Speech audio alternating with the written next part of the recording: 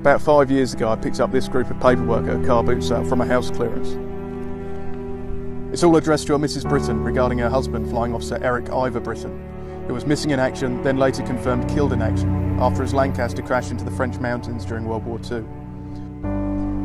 Over the years I've slowly uncovered more and more information from Australian, Canadian and English archives. I finally decided to actually go and follow their story. It's a journey that will take me about 1,000 miles, but it's a story I've grown quite attached to. I feel it right to try and bring their simple yet tragic story to light.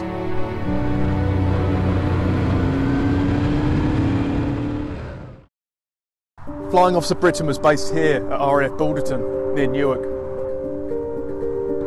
Basically nothing remains of this site today. It was decommissioned in 1954 but soon demolished to help build the A1. The main site was then used as a gypsum quarry, and it still is. But in 1944 it was home to 227 Squadron RAF. And on the 4th of December that year, at 4:40 PM, 282 Lancaster bombers left from England to bomb the southern German town of Heilbronn. One of those bombers was PB672, and its pilot was Eric Britton, along with 6 other crew members.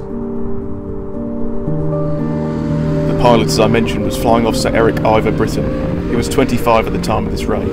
He was married to Hilda Britton and lived in Dorking, Surrey, England. We then have Pilot Officer Leslie Herbert F from Fairhead, a member of the Royal Australian Air Force. He was from Western Australia and was 21 years old and an air gunner. Next is Flight Sergeant Rudolph Carl Hase, the air bomber and member of the Royal Canadian Air Force. He was from Winnipeg and 20 years old. Flying Officer Ronald James Dunstan was the wireless operator. He was 32 years old from Plymouth, England and married. Flight Sergeant Herbert Ronald Thomas was the navigator, aged 22 years old from Cornwall, England. We've got Sergeant Ernest William Matthews, the flight engineer, from Bournemouth, England, married, aged 34 years old. And finally Sergeant Blair Wood, an RAF air gunner, born in Australia but moved to the Orkneys. He volunteered for the RAF aged 18 in 1941, so by this raid in 1944 he was just 20 years old.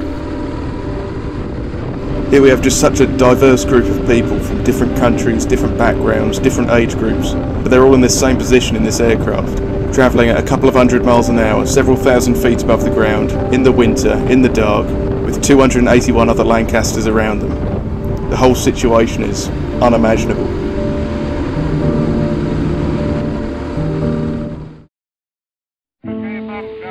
Okay. Was that bomb's gone? Yeah. Okay. Bomb done, sir. Well, I can read my watch in the searchlight. That's 21:54. Come on, keep it, Tommy, get trained. Watch your height. I'm watching everything. Okay. How many searchlights would you call them?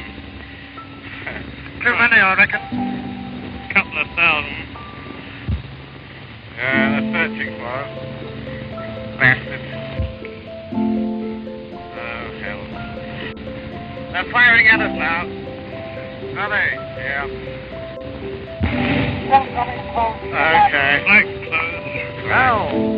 That was a bit close. I think we've been hit personally. Yeah, there was a bit of height. Yeah. That was close.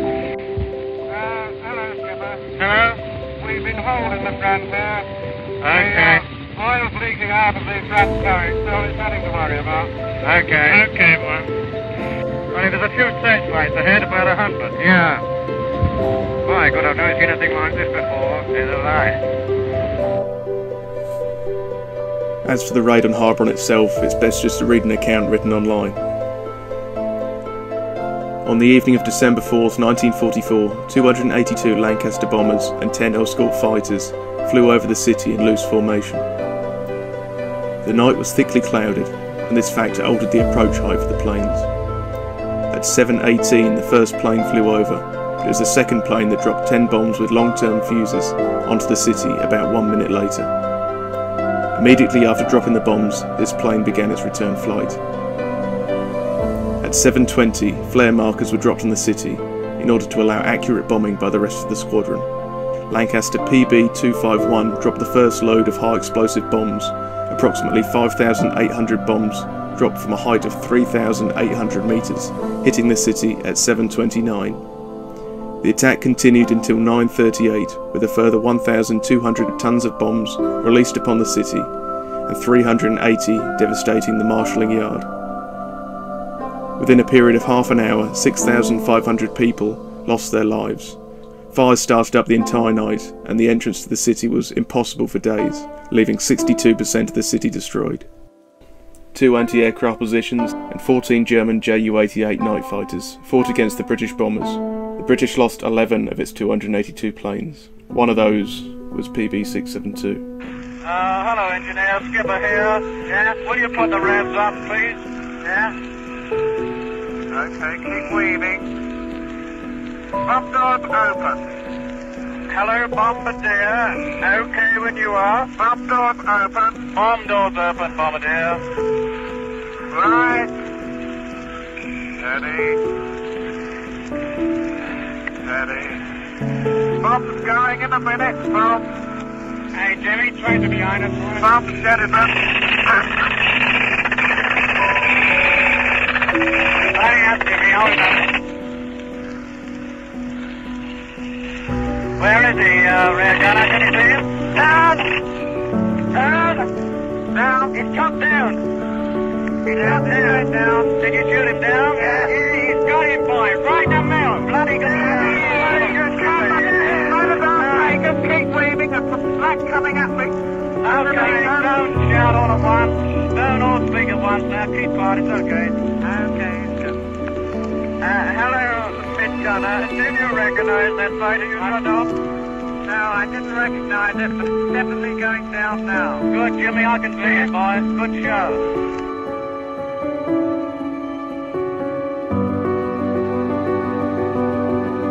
This brings us to Col du Donnen, a mountain near the small town of Grandfontaine in Alsace, France. It's here that PB672 crashed. It's not known exactly what caused the plane to crash. Rumour in the squadron was friendly fire from US ground forces who had just retaken the area, but that would have meant a lucky shot in the dark, especially at the heights they should have been flying at. Other reports guess a possible navigation error, damage from night fighters, or perhaps a combination of the two. Mid-air collision is another possibility. Lancaster L.H.E. crashed the same night, only about 10 kilometres away, so it's possible they shared the same fate, but unfortunately there's no way to tell. None of the crew of PB672 bailed out, which suggests whatever happened very quickly. Being winter, the mountains were heavily snowed over. The crew remained listed as missing in action for some time, as no one could reach the remote area. The locals witnessed the plane burn fiercely on the mountain, but there was nothing they could do. It wasn't until March 1945, 3 months later, when the snow thawed, that the first remains of the crew were found and buried at a local cemetery, most likely the French military cemetery at the base of Col du Donnen, containing the dead of the French soldiers who fought on the same mountain in the First World War. I feel now's a good time to go over the documents I mentioned at the start. Mrs. Britton, from Air Ministry, deeply regret to advise you that according to information received through British authorities in France, your husband, Flying Officer Eric Ivor Britton, is believed to have lost his life as a result of air operations on 4th of December 1944.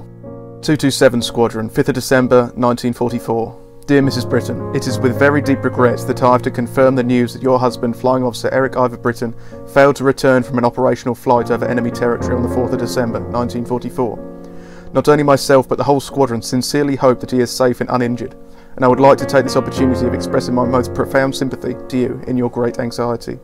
Air Ministry Casualty Branch, 6th of April 1945. Madam, I am directed to refer to the letter sent of this department 23rd of March 1945 in reply to your inquiry about an alleged broadcast which included the name of your husband as prisoner of war. We have received communication from British Broadcasting Corporation concerning your inquiry, and a further search has been made. Upon receipt of your letter dated 10th of April, in which you stated the message of which you had been told from a station which broadcast under the name Mary of Arnhem, all the messages from that and all other foreign stations which were monitored by the British Broadcasting Corporation during the period in question were again examined, but again no trace of any message referring to your husband could be found. Information has now, however, been received from British authorities in France that an aircraft dived almost vertically into the ground near Grandfontaine, 28 miles southwest of Strasbourg, France, and that its crew remains were recovered and buried near the wreckage. It has been established that the aircraft was the one in which your husband was flying, by means of markings on the parts of the wreckage and by finding the discs of wireless operator Flying Officer R.J. Dunstan. In view of this information, there can now unhappily be little hope that your husband survived. Air Ministry Casualty Branch, 29th of November 1946. Madam, I am directed to refer to your letter on the 9th of November concerning your late husband's grave. All the remains were buried as 6 bodies in 6 separate graves 1 mile north of Grandfontaine. The Imperial War Graves Commission will eventually be responsible for the care and maintenance of all war graves, and as stated in the brochure which accompanied this letter sent to you on 25th of May, they will communicate with you regarding your wishes in the matter of an inscription of your own choice. Air Ministry, 13th of December 1947. Dear Mrs. Britton, with reference to your previous correspondence concerning the burial place of your husband, Flying Officer Eric Britton, I am sure you'll wish to know that investigations by the officers of the Missing Research and Inquiry Service have now been completed. The report on the inquiry states that the graves have now been exhumed and the remains of your husband and the other members of the crew concentrated to Colloy Military Cemetery, where they will now rest at Plot 1, Row J, Grave 4. It is regretted that exhumation failed to establish individual identity, and the grave will therefore be a communal one. In conveying this information, may I express the hope that the knowledge of his final resting place may afford you some measure of comfort in the great loss you have sustained. And I also believed I mentioned earlier that there's a great deal of information online from the Australian and Canadian archives. The Australian in particular has about 80 plus documents on this particular event. Aircraft PB672, date report missing 4/12/44, place of crash Coldu Donnan, map reference K49/V58, result of investigation and findings. I went to Grandfontaine to investigate. The mayor told me that sometime in June a British unit had taken the bodies buried at a place called Platform du Donnan for reburial at an unknown cemetery. The circumstances of the crash and subsequent finding of the remains 3 months later and first burial were described to me as stated by Squadron Leader Potts. It is my opinion that the aircraft flew into the mountain and that the crew had no warning whatsoever of the crash. I visited the scene of the crash quite recently. A French salvage firm removed the main debris, with the result that remains of the crew which had been hidden were now exposed. With help, I collected all that could be found and buried these in a box at the original place of burial of the crew, Platform du Donnan.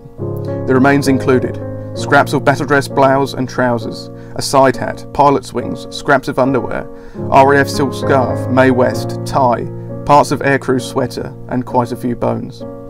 Although the pilot's wings point to Flying Officer Britton, the above remains were scattered over the area and must have belonged to various members of the crew.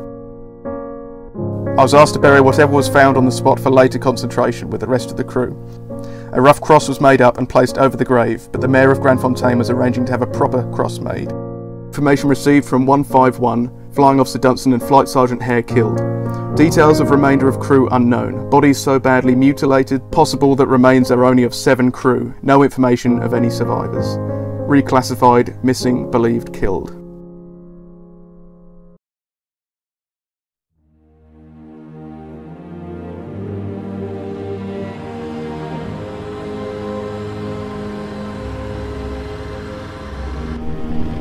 And this leaves one more stop, probably the most important. About 70 miles west from here.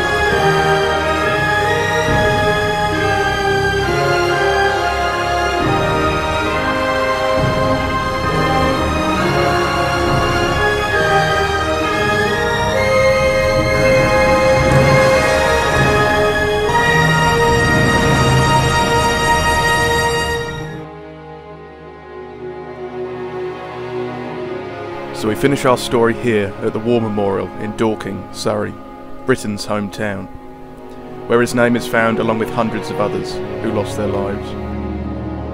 Though it's the end of this trip, the story itself, I feel, is still an open one. I could find no record of where exactly the plane crashed, and there is no memory of the event in the Grand Fontaine area, which, being honest, is where most of the crew probably still remain. Though I have to give credit to organisations such as the Commonwealth War Graves Commission, who pursued events such as this to give these men a proper resting place and giving closure to families even years after the war was over. But it's become one of thousands of forgotten stories of ordinary people, fathers, husbands, sons, friends, neighbours, ordinary people doing extraordinary things.